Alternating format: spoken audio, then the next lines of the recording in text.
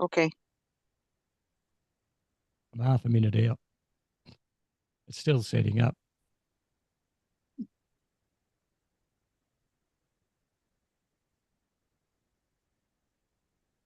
Looks like we are live. Good morning, good day, good afternoon, and good evening for wherever you are. And welcome to this week's Outreach Noah Studies in Genesis. Good evening, Terry. How is everything with you today? Oh, doing good. Heading toward Friday. Looking for a warm weekend. It was cold last weekend. Yeah, nicer when it's warm at the weekend. Usually the weekends are wet here. Like to spoil it for us. Okay. Like I said before we come on, it's kind of odd. Ronald's down in Australia and he's talking about it being 100 degrees in December, and I'm like, that's just so weird for us here, in the South. You know, when it's the time of year we'll start getting flurries and snow. And my daughter and them up in Middle Tennessee's already had some snow. The mountains have had up where Scotty and them's that's had snow, so and everything. So I want to say hi to Ernestine. She's are you new with us here, Ernestine? She's in Virginia. Virginia? Okay. She's from our ladies group on Oh, Saturday okay. down here. Yeah. Welcome. Oh, are you down there with She's in Ronald? Virginia, the US, but she's been a Okay. member of Noahides of Okay. Australia for a number of years. That'll work. Hmm. And of course we got Veronica, who's our traveler. She's in Florida at the moment. And Joanne and Bob. Don't see Emuela tonight. I hope she's doing well. I didn't get to talk to her all week. She hasn't really posted much this week either. No. Um, hope she's doing well. I know she's 4 hours north of Toronto, so I know it's cold up there. Everything. So, well, Ron, we have anything come in through email or anything from last week's class that we might need to touch on before we get started? No, nothing came in earlier in the week, and nothing has come in on any other channel either on your group, Gmail, our Okay. group Gmail. Yeah. All righty. Okay, I'll And move you looks like over to Linda's joining us. yeah, and I'll put you over to speak of you and All righty. 24 and 25 today, the verses. Yep. Well, good evening. Well, good evening here in Chattanooga, Tennessee. Like Ronald says, evening, morning, afternoon, wherever you might be. Um, Glad to have y'all with us again tonight or tomorrow. Like Ronald, it's tomorrow for Ronald and them. In my perspective, anyhow. But glad everyone's able to join us here at Outreach Noah Studies, and we're continuing in our journey in Genesis. Tonight, God willing, we're going to finish up chapter 2. We're just going through 2 verses. Um, might end up a little shorter tonight, whatever, but I didn't want to get into chapter 3, verse 1 until we, do it by itself, because we're going to be getting into some very interesting studies in the next couple of weeks pertaining to what went on in the garden with Eve. A lot of stuff to cover. There's been a lot of misteachings, misinterpretations made through translation and religious beliefs outside of the Torah beliefs. We'll be covering some of those things as we go through. Part of our goal in teaching on Genesis, well, the first one is several years ago. Scotty and I had been asked, to go through, and Scotty, who used to run the background for Outreach Noah, what's Ronald doing now? He is having to take care of some stuff, had to take a second job to help somebody out and that needs help, who's disabled. And that's our buddy Scotty. He goes the extra mile when he comes to helping someone, and that's what he's doing. So keep Scotty and Annie Helton in your prayers, as they're doing a big charity and mitzvah, as we would say in Hebrew, for someone else.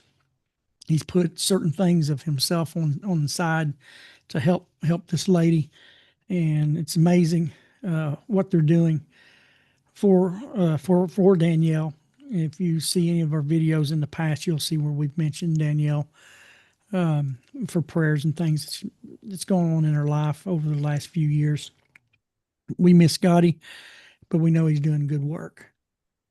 But we were asked several years ago to do a study on Genesis, and at the time we wasn't where we could start it. So we've been now, what, 21, 22 weeks or 22 classes, however you want to put it, on Genesis, just now to the end of chapter 2, verses 24 and 25. Like I said, the next couple weeks is going to be some really interesting information that we're going to bring out. We're going to be bringing it, like I said, I primarily use the Rabbi Hirsch Chumash because he gets into the Hebrew of a lot of this, breaks words down, breaks statements down to where we can understand what's really going on behind the English translation into the original language. And we'll see, we'll sometimes we'll find it something we've always thought about a passage or about a word that we didn't have a correct understanding. And that's one reason why I love Rabbi Hirsch is he helps us learn, you know, what's being said in the original Torah, you know, and what's pointing, you know, toward what we're hearing in an English translation. Because like I said, last couple of weeks, if you want to go back and listen to the last couple of weeks, you'll see the same thing in talking about the creation of woman and the role of the woman in creation. There's a lot there in the Hebrew that brings to light the beauty and the creation of the woman. And what's going to be interesting, as I was watching some teachings from another rabbi, just happened to pop up in my thread going into next week, that we're going to see and cover that what we've covered in the last couple of weeks will play for important information of what we're going to be getting into in chapter 3, verse 1. And so dealing with the serpent. I had never connected the two together, but I've never really studied literal like what we've been doing, just spot studying in the past. But it's important in what we've learned from verse 18 or 19 on up through in the beginning of chapter 3. All of that has connectivity there. That's really fascinating. Looking forward to getting into that. But tonight we're going to conclude, God willing, chapter 2. I think, Ron, you said 21 weeks, wasn't it? I'd say this was part 21, but you did an intro, at least 1 week's intro, didn't you, before we actually started verse 1? You gave Shows an you overview. we're not in a real big hurry to get done, are we? We're just going along. Why hurry when there's plenty of update information that's not commonly known? Right. Coming from the oral, so yeah. It's it makes our learning fun. I enjoy this. One of the things I do. I enjoy this. I'll get in the mornings. Anybody that's been around and listened to Outreach Noah over the last few years, I love in the morning times. I'll get in here before I go to work for a couple of hours, and most of the time it's interesting on Wednesdays. Many times on Wednesdays, I'll be going over the same material I've been studying and see something I hadn't seen. And then I'm here, I'm digging and I got to leave and go to work. I told my wife, I said, I don't like work. It gets in the way of my studying. I'd say if I had a hobby, that's my hobby. One of the things, and I don't really want to call it a hobby, but obsession is the studying a book of Genesis, becoming an obsession for many years now. Certain passages, almost 20 years that I've been into in Genesis. All right, verse 24. Therefore, a man leaves his father and mother and clings to his wife, and they become one flesh. What's interesting is we're going to see here that where it says here in the Hebrew, al-hain, that's translated as therefore many times. In context of what's been said and what's going to happen, the better translation is for this reason. And those who've studied Genesis and these things for a little bit, you'll see how that really works a lot better as a translation, going, for this reason, a man leaves his father and his mother. And we're going to see here that how that plays into the translation much better than the word just therefore. Rabbi Hirsch goes on and he says, as long as a man is alone, as long as man was alone, it was not yet good. We covered a little bit this a couple weeks ago. As long as man was not alone, it was not yet good. And once the division was made, it was no longer possible for man to fulfill his calling by himself. Without her, the woman, without her, he is only half a man, half of a human. Only together with his wife is he a complete man.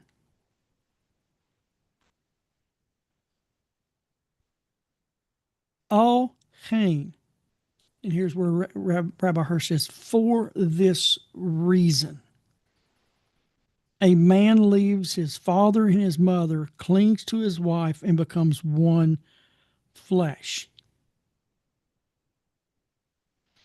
Before the division, man's body was subordinate to one spirit, one divine will.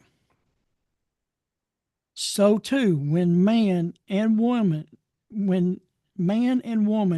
are reunited, they become one body. However,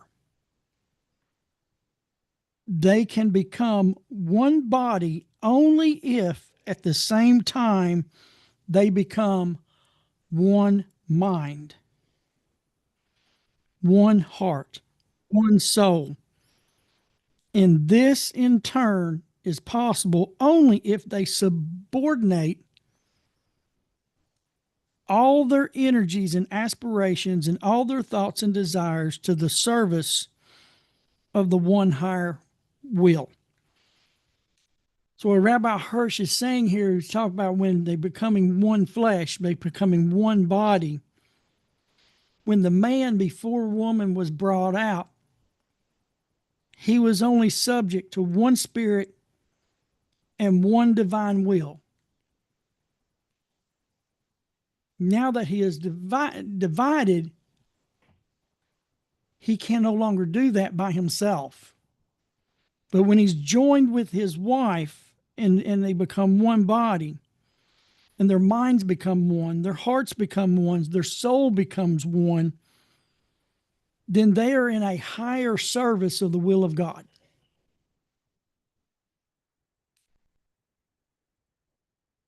Here lies the immense difference between the sexual life of the other living creatures on one hand and the human marriage on the other. Other creatures also are divided into male and female. But in their case, both sexes came forth in their creation independently from the earth. They do not need each other to fulfill the other's life's purpose. Only for the purpose of breeding and for the time necessary for perpetuating the species do they seek to find each other. It is not so in the case of man. The woman is a part of man, and she is, as we've learned, she is the helper that stands opposite. The man is helpless and lacking independence without his wife. Only the two together form a complete human being. Life in all of its aspects demands their union. Only of man does it say, and cling to his wife. Only man was privileged with a married life. The other animals, they were created separately, male and female. Each came from the earth, already within their biological, sexual organs for the purpose of breeding and perpetuating the species. Man was not. Man was one being that was split, as we talked about in 2:18 the other week, where man came from the ground, but the woman came from living tissue. She's the only part of creation where God brought forth into existence with a living soul that came from living tissue. Where man was brought from the dust and the dirt of the ground, which was dead, non-feeling. So this is one of the reasons why the women are so different than those of us guys, is because her creation came from living tissue, from Adam. I haven't gotten over that. That just, when we went through that, that's just been, it's something to give you to think about.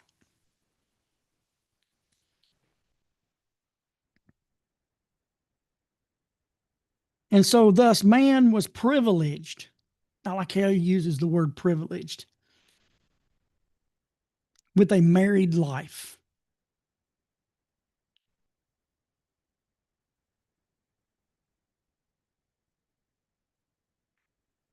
He goes on, accordingly, our sages tell us this verse alludes to what's called the Aryot laws. That's in Hebrew. This verse 24 teaches us about one of the seven laws, what we call the seven laws of Noah, the seven universal laws, the forbidden sexual relations.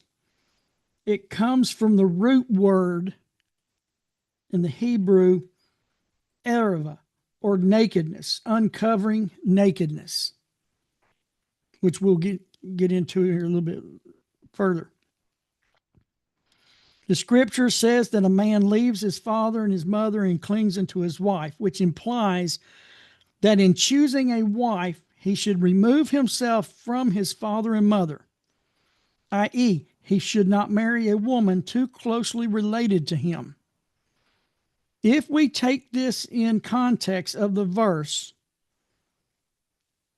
which opened up with, for this reason, then there is a glimmer of light that is shed on the reason of the laws of forbidden sexual relations.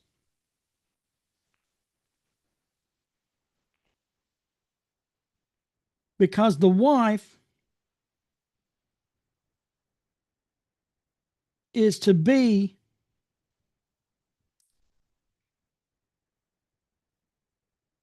for her husband, and she must be a helper. Like we learned in 18, she must be a helper that is opposed or stands across from him to face him. They're parallel. They're not higher than the other. She is to complete the man, her husband. She must have traits different from his. If a man and a woman are too close of a relative, they may both have the same virtues, but they will also have the same faults, and thus their union will serve only to intensify their common traits, both good and bad. A husband and wife would not complete each other if they're too closely related. Only if they are not close relatives will they possess different traits. Thanks to these differences, they will together become a complete human being. When they marry, they will become one flesh and will more completely fulfill their one task.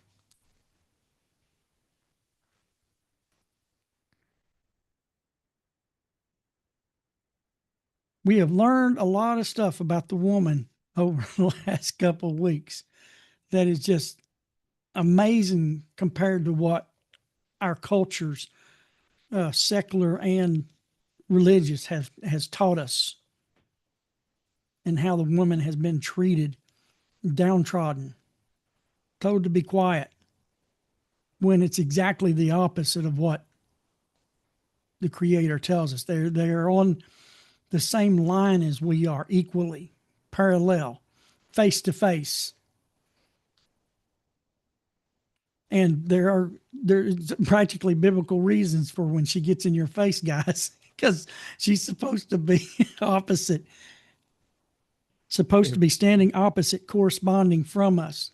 Yeah, well, that's a good aspect, because a man gets an idea to do something, so he's trapped in that idea and can't see either side of it. But the wife standing there can sort of point out another view as to why it may not be a great idea, and may be able to embellish on the original concept and improve it. And make him see that there can be a fault going on, but she can bring that to his attention, and therefore they can move forward together on the right path. Now, I've mentioned several times on here, I like my wife, and she laughs at me. My wife just has one of these, and she has these instincts, intuitions. I call it her hooey, because you got these hooeys. She just knows certain things about sometimes what something's going on, something's going to happen. And if I go against it, I might as well be in a mud puddle somewhere. Couldn't tell you how many times that I've followed her. Like I said, I like to call it her hooey. And it's been right. I mean, there've been times we'll be going somewhere and she'll go, "Hey, go this way." I said, "Why? We're just right around the corner." She goes, "No, go." Okay. And there are reasons why. She gets these it's intuitions and stuff. And when we got a big decision to make, I joke with her, if we got a major decision that's coming up or something like that, I'll come up to her and I say, "Okay, what's your hooey telling you?"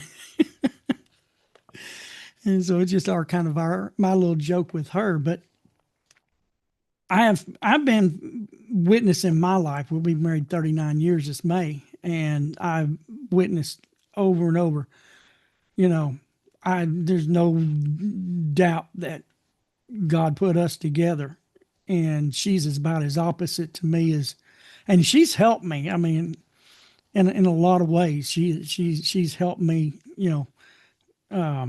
just in character and overcoming certain things. I had some timidity issues, and I think stemmed from some stuff that happened in my childhood that caused me to draw back, because that's not who I was when I was younger. And she's helped opened up Pandora's box in a way, in some ways that I used to didn't, that I wasn't, and same way, with me, with her, and she's like maybe the guy driving the horse and going go, and I'm going, "Oh no, wait, hold up." So we're that, I guess, what do they call it, the yin and yang. however that goes. But that's the way God designed the woman and the man to work, to be. I mean, they're about as opposite as can be. One comes from dead dirt and the other comes from living material. And he brought them together. He put them together, you know, and he pulled them apart and made an amazing thing. And when you've got a husband and wife working together as a team, the way God designed, it's an amazing operation. And very few people, I'll be honest with you, I feel like today do not get to experience that because you just, I mean, I hear people at work talking about their spouses and this and that, and, you know, and the divorces that's going on and things that's going on. I'm like, if they only had the truth of behind who they were in their creation, you know, marriages could probably be a lot better, and they could understand the other person, you know, a lot better. Rabbi Hirsch, he has as I've quoted from before, he has a complete collection of all of his writings, and this is another one in the studies where he brings this up. And I'm going to read a section out of here because it talks about the Av and the Im, the mother and the father. And I wanted to bring that up because it's really interesting, tying into this passage of where a man shall leave his mother and father and cling unto his wife, and they will become Im and, you know, Av and Im, father and mother, or mother and father. They will become parents. And I want to read a section from his volume chapter 7, and we're going to look at page 300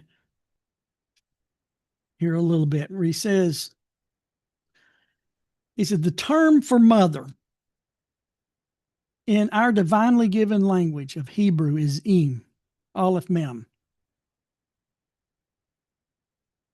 The father, he says, the term of the father is Av, which is Aleph Bet. But note that the letters Aleph Mem can also be read as Wait a minute, hold on. Look at my glasses here. Can be read as Eam or Aim. Those little two dots are small. We can barely read them. The mother is the if, the indispensable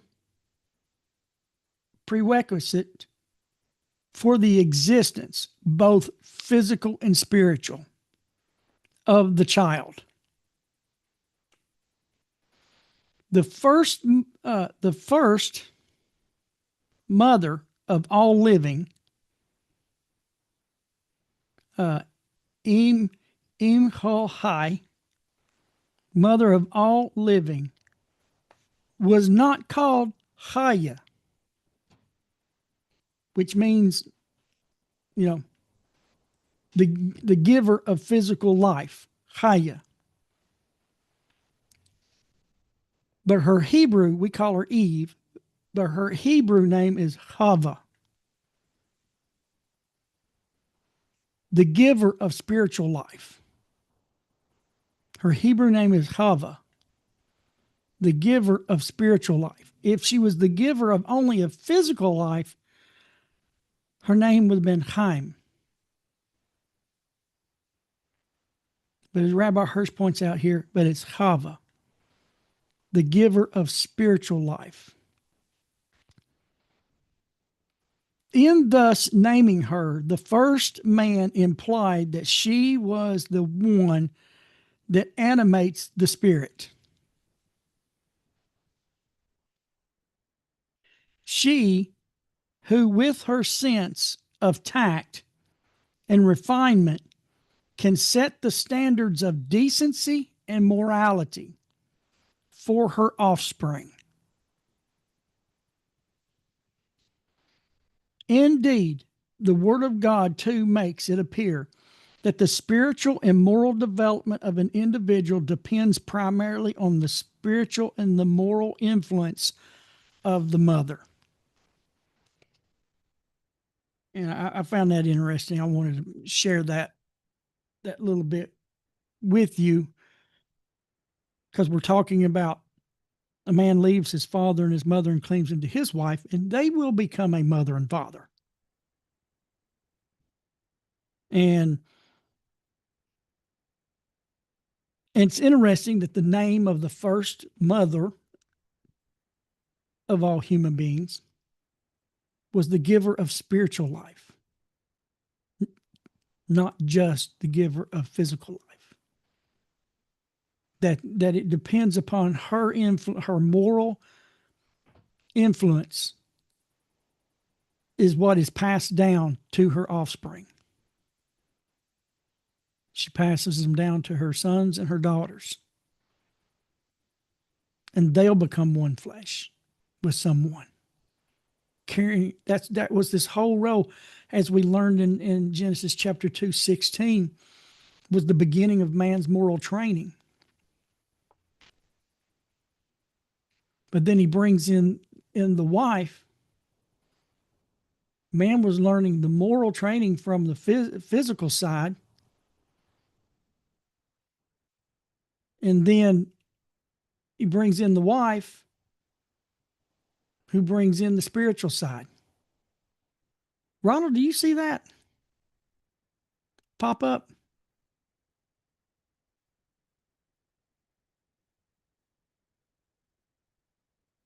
Is that just a weird pop-up on my end?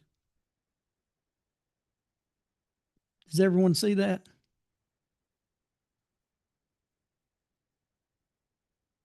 Ronald, you're muted. It's probably streaming on YouTube also.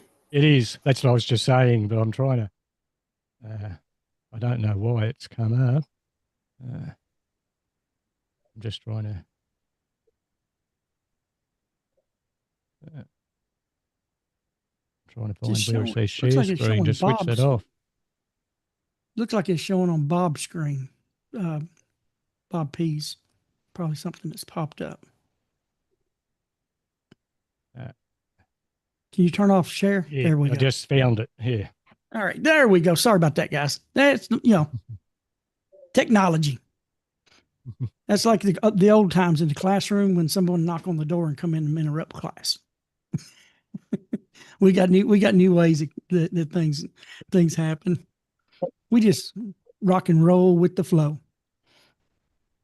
But anyhow, what I was saying is Genesis 2:16. The sages teach us is the beginning of man's moral training. But it's more toward the physical morality that's going on there. So if you think, and then you look at it when the woman comes in and Chava, the giver of the spiritual, now she's going to bring in the spiritual side of the morality into the family, into the union, and therefore completes man. And so amazing what you can find behind the translation into the original Hebrew. Anything before we go to verse 25? Ronald, can you just explain how it works with she's the spiritual giver? So how does that correlate with the other half being Adam? Well, as we've learned from the sages, and the teachers that we've studied under from Israel, one of the aspects with the differences between, again, not only was man created from dust and dirt that was dead and was brought to alive, the woman was created from living tissues and was already alive. Okay, so there's a difference there. But also the place. Man was made outside the garden, where the garden represents the highest of level of spirituality. It's what I've heard, like Rabbi Hirsch, Rabbi Brody, and them have said, that it was the height of for the place for the soul to live and to grow. And that's where the woman was created. She was created in that environment of high spirituality, where man was created out on the earth outside the garden at its lowest point. So the woman has a tendency to be more spiritual. And it's interesting, growing up here in the South, when you would go into your local small church that a lot of people went to, guess who was mostly there? The women. Same here. The guys were there. If the guys were there, most of them was probably grabbed by the ear and said, "Hey, you're coming to church." They had to be drug in.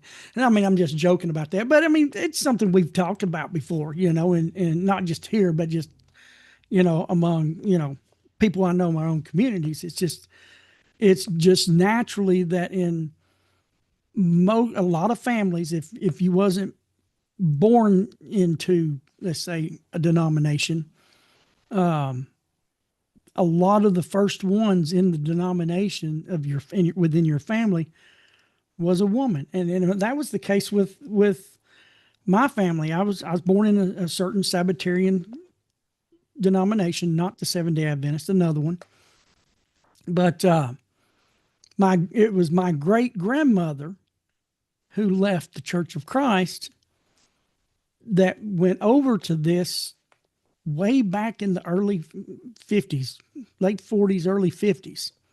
My great grandmother. And on my dad's side of the family, she is the one who brought the family there. And then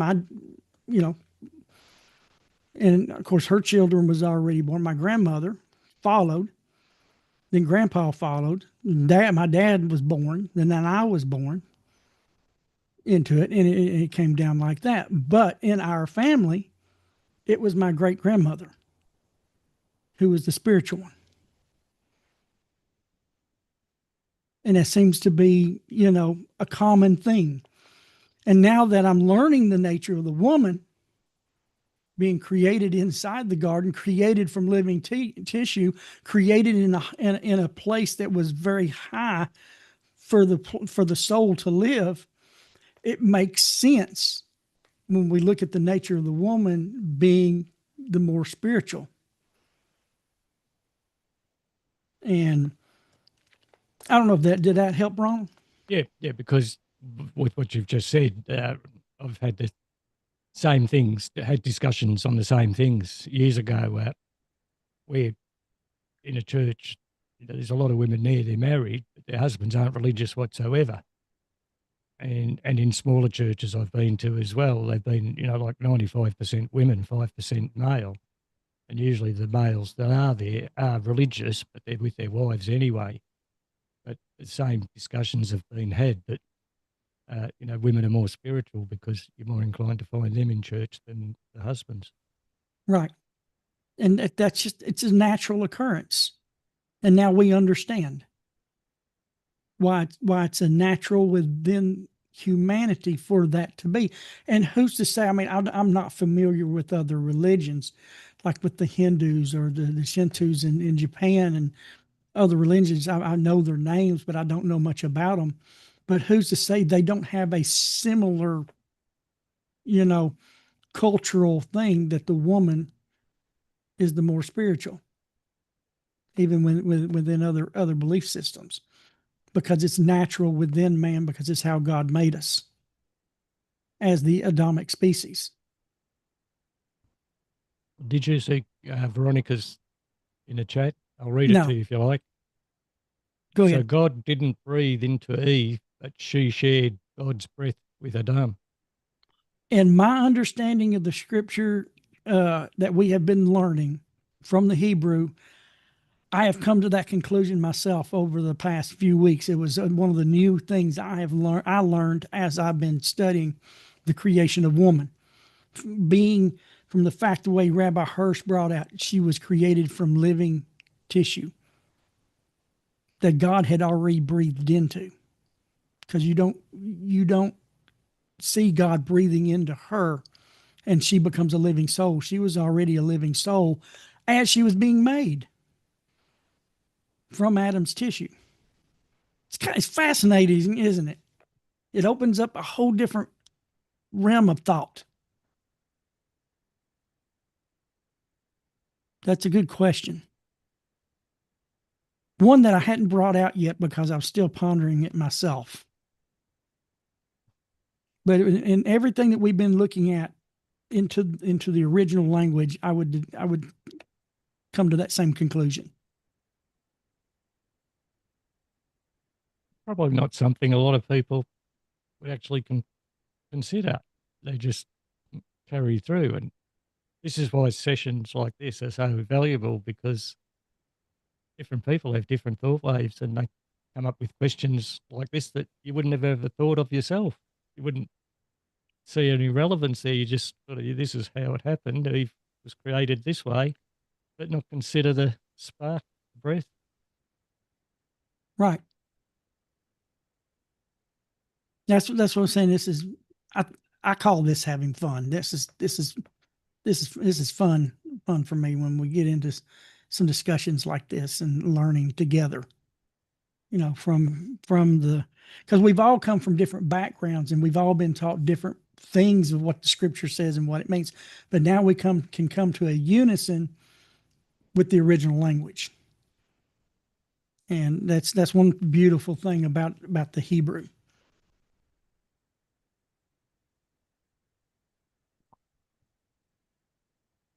Okay, verse 25, Rabbi Hirsch mainly dwells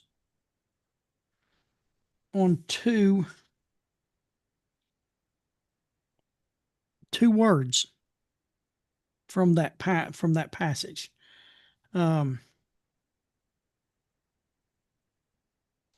Make sure here I've been.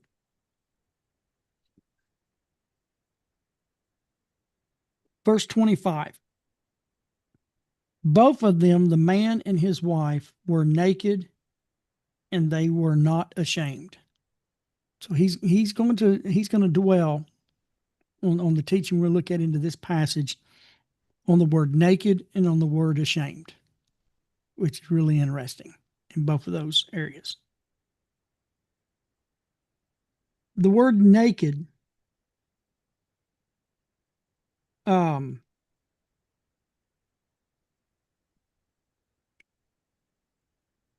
just looking at the Hebrew here real quick. The word naked presents in the Hebrew, and I'm not going to try to pronounce that word. It's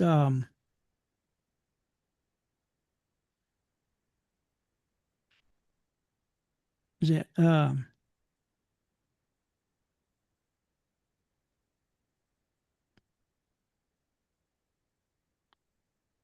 Rumim. That's probably as close as I'm going to get.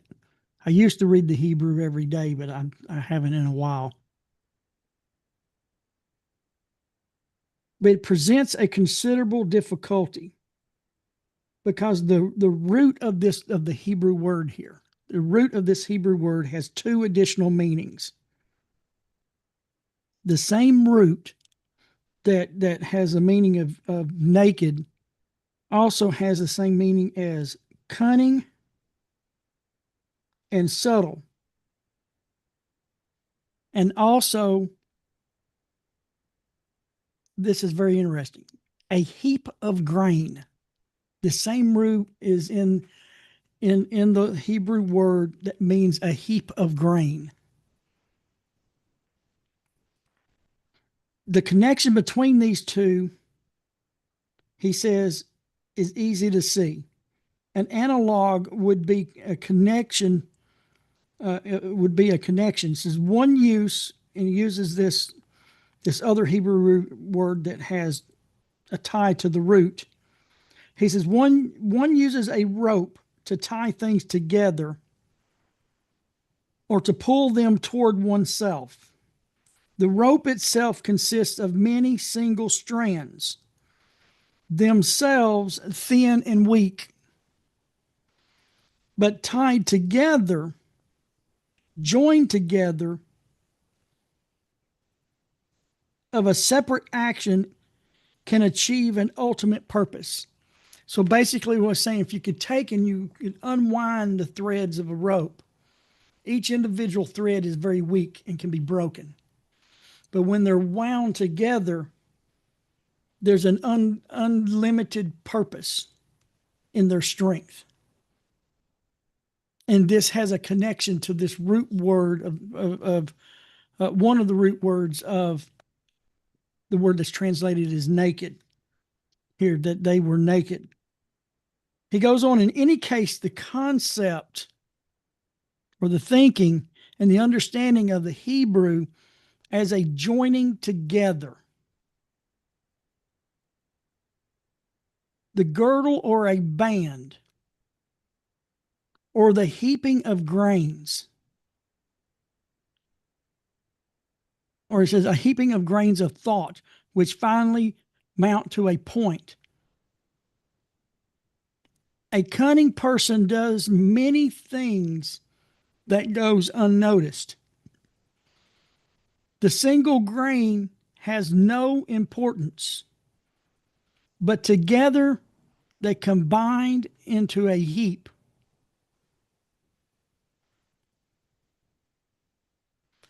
And so, therefore, he says it is difficult to connect these concepts for the word nakedness.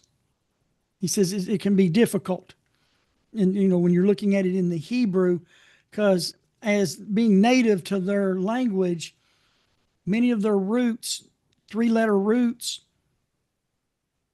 can be in other words, but the way the vowel points are, it changes the word, which it can change its meaning and how it's used, but it's the same 3 letters. And so this is also how they gain more understandings of different words and the relationship with words that you would think, how would you think that, a word that means a heap of grain be connected with nakedness? But yet when they break their language down into their root letters and their root words, then it brings out more understanding, which gets all hidden in translation.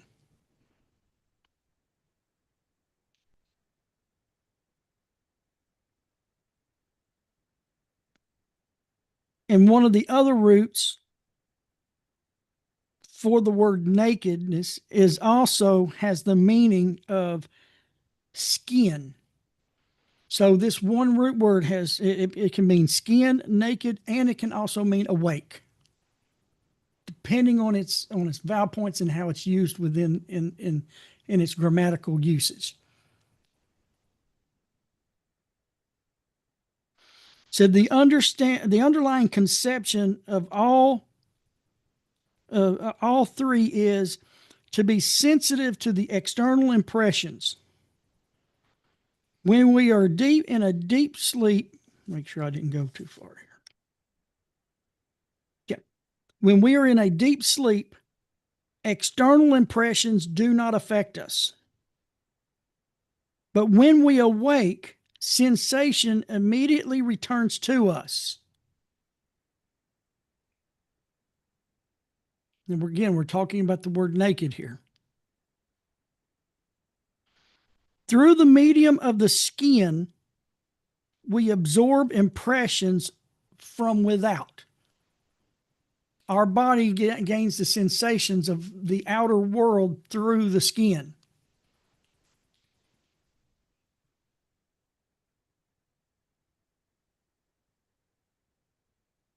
But when we awake, the sensation immediately returns to us. Now the hub of sensation is the skin, the instrument of the sense of touch. Through the medium of the skin, we absorb these impressions. When a person sleeps, it is as though his soul withdraws from the peripheral to the center. It withdraws from the outside, the outside edges of our body, and draws into its center. When he awakes, the soul returns to the peripheral and reaches the skin.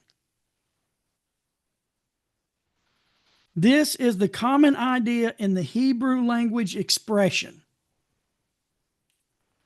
Thus, the expression is as though the spirit faints and withdraws. When a person is awake, his spirit reaches the tips of his fingers, but when he relies solely on the sense of touch, by which alone he can perceive the visible world. This is called I'm going to translate this. He translated in Hebrew.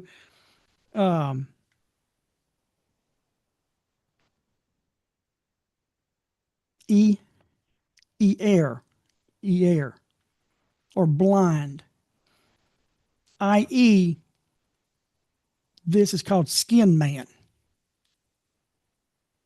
So this nakedness is the discussion of the skin, and this man, he's a skin man, and all these Hebrew roots and words is really pointing toward this impression in the senses of the skin, and it's in relation to where it says that they were naked. Their skin, all of their skin was being revealed. It was not being covered up. All their skin was being sensitive and awake. Then this passage says they were not ashamed. And I had to do a little bit of slow studying on this, because this passage, as I studied this whole passage over the last week, the one thing I've noticed, I meant to say this before, but it's now coming to my mind, is the Hebrew in this verse is very complex in its intimate meanings of all of its words. It's really a complex, when the Rabbi Hirsch gets into the Hebrew, these just two words, I see a complexity within the grammar. Bob's not used to me using that word. We've had discussions on simplicity and complexity, haven't we? But I have to say that for me, what I witnessed on the first onset of my study of this passage through Rabbi Hirsch was the complexity, not complicated, but the complexity of the Hebrew and its roots and its words, its grammar, which I'm going to get into right here on this word, ashamed, or to be ashamed. He starts out in his discussion right here on this word. He says, to be ashamed, thus, and this is, I'm going to just read the letters out of this word, ashamed, right here, is Beit Vav Shin Shin. As you see it in the sentence, as it is written in the sentence, it is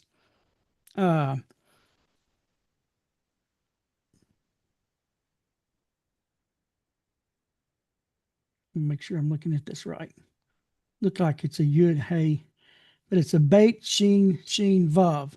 But it was not ashamed. They were not ashamed. Of course, the first word right there before ashamed is lo, meaning not ashamed. Can I throw a question at you? Go ahead. The lighting different at that point than it was after they ate the fruit? Say that again. Is the lighting different at that point prior to eating the fruit? The lighting? Yes, like I have understanding that they sort of glowed. There was sort of a lot of luminescence of the higher light that's now hidden. I'm not sure. I don't think he really gets into that aspect yet. But when we get over into those areas after they've eaten, he's like the next several verses has got quite a bit. Yeah, no, I was just considering that because of the fact that they weren't ashamed that they were naked. And well, we're going to understand a little bit about the light was different at that point. and Okay, the light changed afterwards, the spiritual light. yeah, we're going to understand a little bit of that because of this word ashamed. Okay. Because it says here to be ashamed. Like I said, it's beit vav sheen sheen. He says in the PL. So that's a word I had to Google.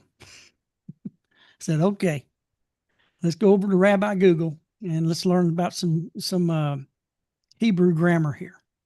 He says in the PL means, and I'm going to stop there because I'm going to explain what he is saying here in the PL or PL. P-I-apostrophe-E-L. And the I, when you see an I in Hebrew, when it's transliterated, it's generally a double E sound.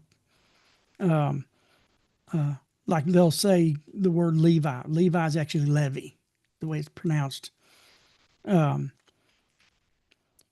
the PL, he says in the PL, this is a word that refers to the 7 fundamental verb conjunctions in Hebrew, which is binyanim.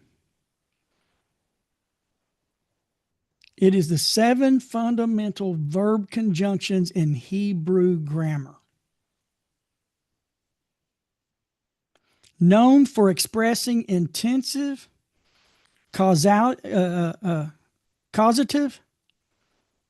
or repetitive actions, often involving a double middle root letter. In this verse, it's sheen sheen. It's a double, in the middle of it is a double middle root letter and is distinct vowel patterns making the verb to speak into to speak to someone or to cause to speak. This would be what he's calling a PLL. It's a grammatical term. It's a grammatical term on what's going on with this. What this word is. It's one of the 7 verb conjunctions, which turns like the word pa'el, to speak, into to speak to someone or to cause one to speak. That would be a PL. It adds emphasis, purpose, or intensity to the basic verb, the verb root. Functioning actively to convey a deliberate action, like to fill, to send away, to organize. Therefore, the key characteristics of APL, which that's what this word is, the word ashamed here, is a fundamental root, a fundamental verb conjunction. So its main characteristic is intensification, often making a simple verb stronger or more focused. It has the characteristics of causation, causing something to happen. And it also has structure, features on a double middle root consonant, marked, it says, and a specific vowel pattern in different tenses. I know that's a lot. I've had to sit and go over this over and over with myself. That's the reason why I said there's some complexity to this passage, because we have a specific word here, ashamed, which he says, like Pa'el means to be late, means that people expected him, but he did not arrive. So ashamed is an active form of a verb that means to disappoint expectations. I'll say that again. The essence of the word, the Hebrew word that is translated ashamed, it is an active form of the verb and means, if you want to write this down in your notes, here or in your Bible beside the word ashamed there, to disappoint expectations.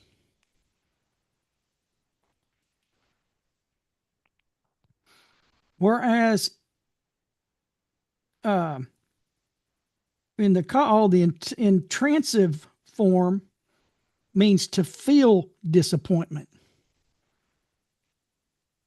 In the intransitive form, it means to feel disappointment. But this disappointment is essentially the feeling of shame. The disappointment within himself. He had high hopes for himself, but his hopes were disappointed.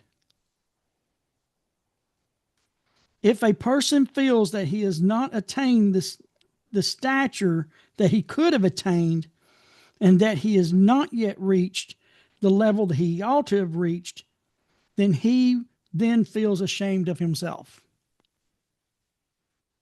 And I love what Rabbi Hirsch brings here that you're not going to hear in other circles. As a gift of God's grace upon man, he instilled in man's heart a sense of shame. God knew that man would not always measure up to what he was meant to be. Therefore, God implanted within man a sense of shame, which would always inform the man of his inadequacy. Thus, man became his own monitor and his own guardian. Shame is related to humility and to modesty.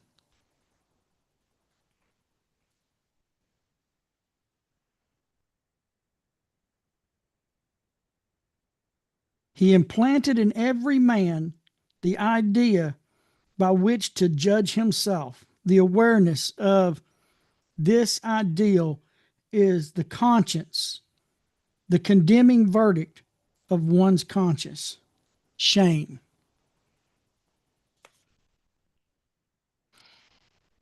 So what's interesting here says they were naked and they were not ashamed. The shame had not entered into them yet. That was to come. They did not have a moral conscience at this point. If we're looking at the complexity of the Hebrew language behind this word, they were naked. Their nakedness, their soul was all the way out to the edges of the skin. It was full. They were naked. It was just they were a skin man.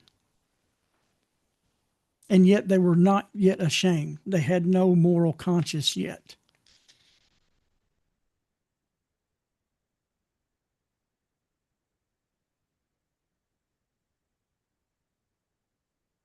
Rabbi Hirsch goes on and says, the original condition of the first human pair is described here in a brief sentence. Both of them, the man and his wife, were naked and they were not ashamed.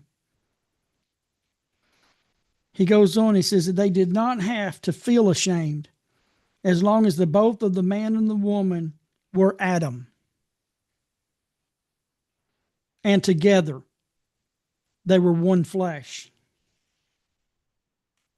As long as they served as one body, having the same spirit, serving the one unique God, as long as they were worthy in one body and in one spirit, and one unique God, as long as they were worthy in the body and in the spirit of God's image, they were still pure in body and in spirit. Their spiritual powers and their physical powers were both given to them by God, so that they should accomplish with both their human mission. Man may fulfill his aspirations, whether spiritual or physical, as long as he does not exceed the limits of what God has set forth for the both of them. He has nothing to be ashamed of, neither in the one nor in the other. The pure human body The physical, which has assumed the yoke of morality, is no less holy than the spirit or the spiritual. The moral stature required by the Torah depends essentially on the sanctification of the body. Even when satisfying the urges of our senses, we must keep within the bounds of a sanctified by God. Then we shall have no reason to be ashamed of our bodies and nakedness. However, as soon as man submits to the rule of his baser instincts and does not endeavor to elevate sensuality into the realm of the holy, but on the contrary, sensuality lowers man's holiness into the realm of the sensual, then once he becomes ashamed of his body's nakedness. This feeling of shame is the faithful guardian of morality. See how shame and morality come together. This feeling of shame is the faithful guardian of morality. Is God's call to man who has forsaken his moral stature. The feeling of shame warns a man to be and remain the master of his body, so that he should ascend in freedom to the heights of his calling, spiritually as well as physically. As long as sensuality had not lured man down from the exalted heights of his pure freedom, man and woman were still allowed to be naked, and they did not have to feel ashamed.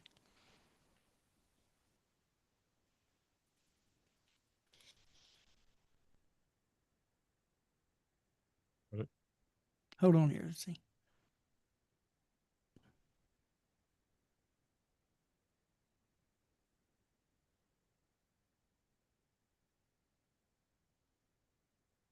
It says, both were naked and did not have to feel ashamed. The scripture thus teaches us that man and woman were equal, not only bodily, but also spiritually. Both are equally obligated to be pure, moral, and holy. The whole, let's see here. The whole generation is sick. If a pure and virtuous life is not equally aspired by both sexes, the human race is sick. If young and adult men grant themselves license on the account of their masculinity, if a young or adult men allow themselves what is not to be permitted to the young or adult women, the sign of the Holy Covenant is imprinted on the body. Well, he goes on, he's talking about Israel here on that. He says, but God requires of men innocence and purity, just as he requires that for women. We're equal in this stature.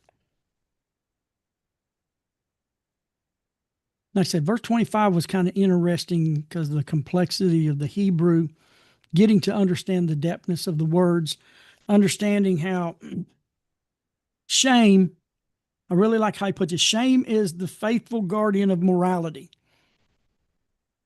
And we see here it says they were not yet ashamed because they hadn't descended down. There was no need for anything to be guarded. They hadn't fallen to where shame would bring them back to a moral reminder.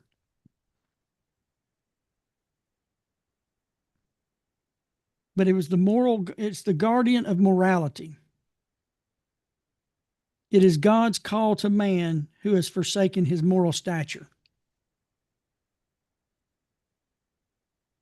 And it's interesting how, like I said, in verse 2 or chapter 2, verse 16, how man's moral training began when God gave the first commandment,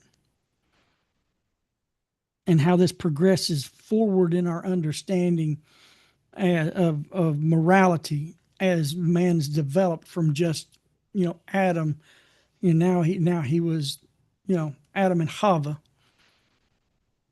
and how now they're going to have children, and how all of this continues to grow as a moral issue.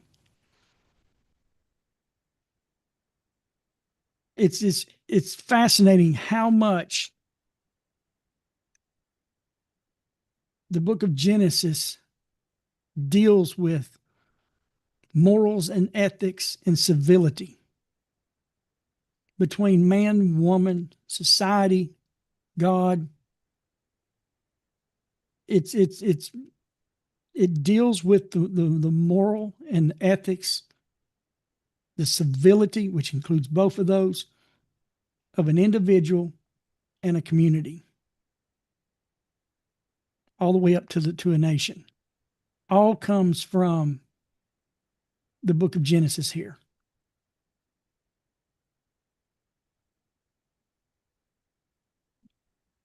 Go ahead, Ronald. Oh, that was a lot to absorb. It's a lot in those two little verses. Yep. And you just wait till we get into the next few. Yeah. I'm still God willing, we'll rewatch this. start. I'll have to rewatch this section. And God willing, when we get into the next verse, we're gonna continue on. And yeah. And I know this was a lot tonight. It really was. And I was really wondering how I was going to be able to bring forth, especially verse 25. You read it. It's simple, and its simplicity is what we need to know to live by in everyday life. But it's kind of nice to know, to start learning a little bit of behind the translation into the original, what is being said, because that can give some meaning to the simplicity of the passage that we understand, the basic, what's in Hebrews called the pashat, the plain, simple meaning of the verse. Yeah. Was they were naked. They were naked and wasn't ashamed. And so, but now we can understand a little bit more about that. Yeah. What we're being told, where it's rooted, to explain what we're reading. It's not really necessity for life, but for me, it's nice to have a little bit of a deeper understanding. And I do the same thing with our language because I like to write and I'm working on things. And I've got one favorite website. I've got it on my right up on my favorites board. It's there. I use it multiple times a week. It's called Word Hippo. And I'll do this same thing with my own English language. I'll be writing something and I'm like, that word just doesn't seem right for me. I mean, it says what I want it to say. I mean, and I've looked up simple words like when, what, along with other words that are, bigger words that, I might even look up the word, say discuss, and I'll put it in there and it'll pull up, I mean, just volumes, depends on how you want to use it, of different words. And I'll even break down the English into different meanings. And you'll find interesting how you can have one word you're going to use in a statement and how you can use a similar word that means the same thing, but depending on how it's used as a verb or a noun or stuff, how it actually changes or deepens or opens up what you're saying by just using a similar word, and yet it opens up more thought. Veronica did put another question in the chat. Can you have a look at it? Because I don't know if you want to bring it up in this session. Hold on here. This chat, they've changed the way the chat is. I don't get to see what I used to see all the time.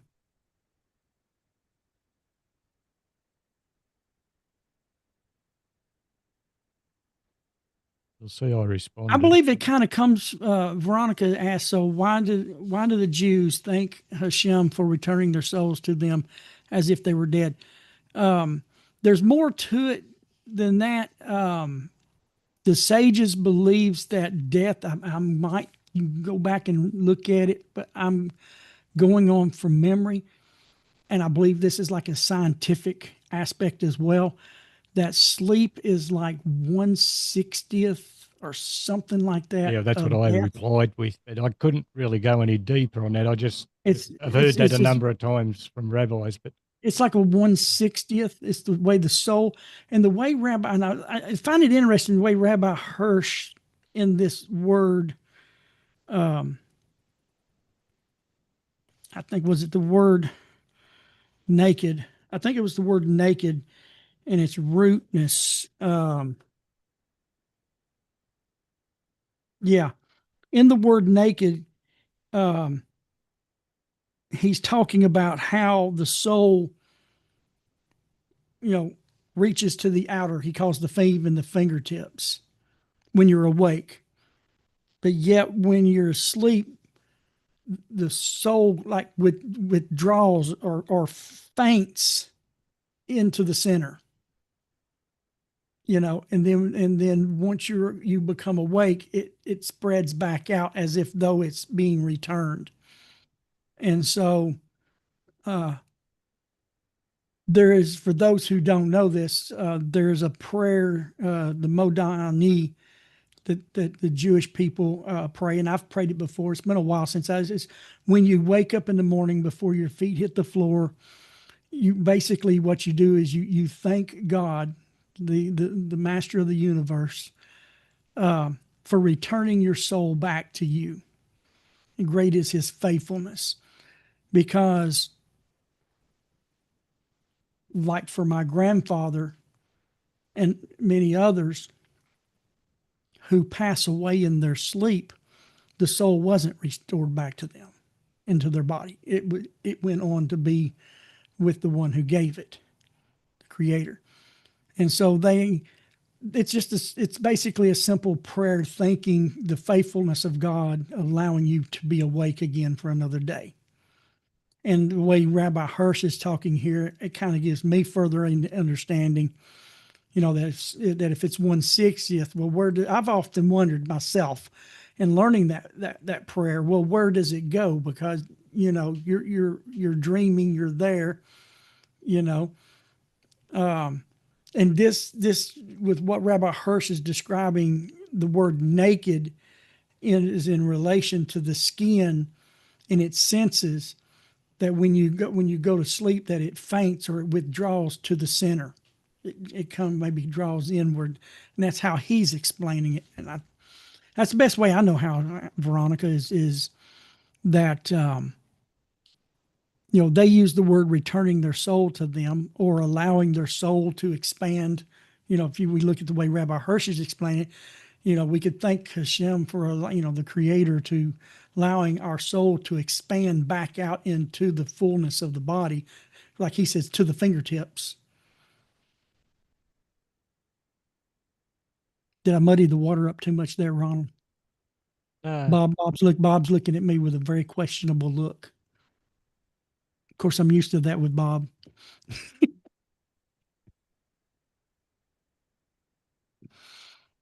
Well, But yeah, just the way Rabbi Hirsch is explaining that when one's asleep, the soul withdraws.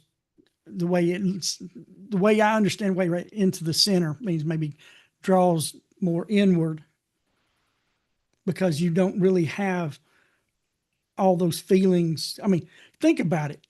How many of you gone to sleep on your arm and you're asleep and your hand is numb, but you don't know it's numb while you're asleep? But as soon as you wake up, you go like, where's my hand? You notice the numbness. Only when you are awake, when your soul has expanded. I don't know. That's just my understanding of it. And so therefore the Jews have developed a prayer of thanking God. They've got prayers for everything in life. It's matter of fact, a Jewish man has an obligation to, let's see if I can get this right. I think thank the Creator 100 times a day. Yeah. And that sounds like a lot, but because they're the priesthood, so they have a priestly duty, and even every individual is a a priestly nation. So many of the things that they go through, the reciting the Psalms and this and that, by the time of the day is over with, it's well over 100 times that they have shown gratitude to the Creator every day. It's easier than you think. I mean, we could practically do the same thing if we would develop a heart of gratitude, of thanking the Creator when we wake up, when we go to the bathroom, when we eat, after we eat. You know, the abilities of being able to have, you know, our bodies operating, our eyes and our ears, our mouth, you know. Rabbi Brody says, just go through just sit and meditate on your human body yourself, and you can have many opportunities to thank God just by going through your own body and thanking God of the different things of your body that you are aware of. And so that was a good rabbit hole. Yeah. Or rabbit trail, let me put it that way. Well, didn't have any problems fulfilling the time frame. We're 20 minutes after the hour, so We haven't gone that long over a while. meeting that was going to be short. It could have been short. Wasn't. Just 2 verses, you know, and sometimes we've done that with just one. Oh, we did Jonah, one verse in Jonah, Jonah prayed. That took us 3 weeks. Did it? I don't remember that. Yeah, It probably did. When you did the book of Jonah earlier, 3 lessons to get through, and Jonah prayed.